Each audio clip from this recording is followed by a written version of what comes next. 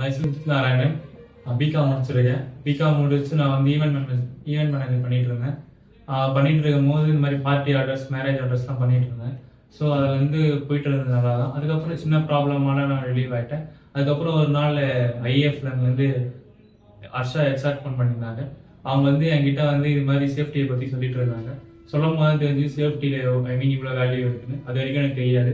அதுக்கப்புறம் வந்து ஒரு நாள் வர சொன்னாங்க, வந்து சேர்ந்தேன். சேர்ந்ததுக்கப்புறம் தான் தெரியுது சேஃப்டியில் எவ்வளோ ஸ்கோப் இருக்குன்னு. அதுக்கப்புறம் பார்த்தீங்கன்னா என்னோட சீனியர்ஸ் எல்லாருமே வந்து டெய்லி பேஸில் செலக்ட் ஆகிட்டு இருந்தாங்க. ஸோ அவங்களும் எனக்கு ஒரு கான்ஃபிடென்ட் கொடுத்தாங்க, செலக்ட் ஆகிடலாம், நம்மளுமே செலக்ட் ஆகிடலாம். அதோட ஹெல்ப்பும் பண்ணாங்க இது மாதிரி படிக்கிறதுக்கு. எல்லாருமே சாரும் சரி, ஹெச்ஆரும் சரி, எல்லாருமே சரி, எல்லாமே நல்ல இதுல மோட்டிவ்ல பேசிட்டு இருந்தாங்க, அதை சொல்லி கொடுத்துட்டு இருந்தாங்க. அதுக்கப்புறம் பார்த்தீங்கன்னா வந்து என்ன கற்றுக்கணும்னு பார்த்தீங்கன்னா ஜாப் சேஃப்டி அனாலிசிஸில், அதாவது சேஃப்டி ஆஃபீஸரில் பிபிஇ, ஒர்க் பர்மிட்ஸ், இரா, அது மாதிரி நிறைய விஷயங்கள்லாம் இருந்தது. அதெல்லாம் கற்றுக் கொடுத்தாங்க. அதுக்கப்புறம் வந்து எல்லாமே முடிச்சதுக்கு அப்புறமே ஒரு வைவா மாதிரி வச்சு அதுக்கப்புறம் செலக்ட் பண்ணி அதுக்கப்புறம் எக்ஸாம் எழுதி இது மாதிரி கேண்டிடேட்ஸை செலக்ட் பண்ணி இன்டர்வியூ காமிச்சிட்டு இருந்தாங்க. அது மாதிரி தான் இன்டர்வியூ செலக்ட் ஆகிட்டு இப்போ முன்னாடி நின்றுருக்கேன். So thanks for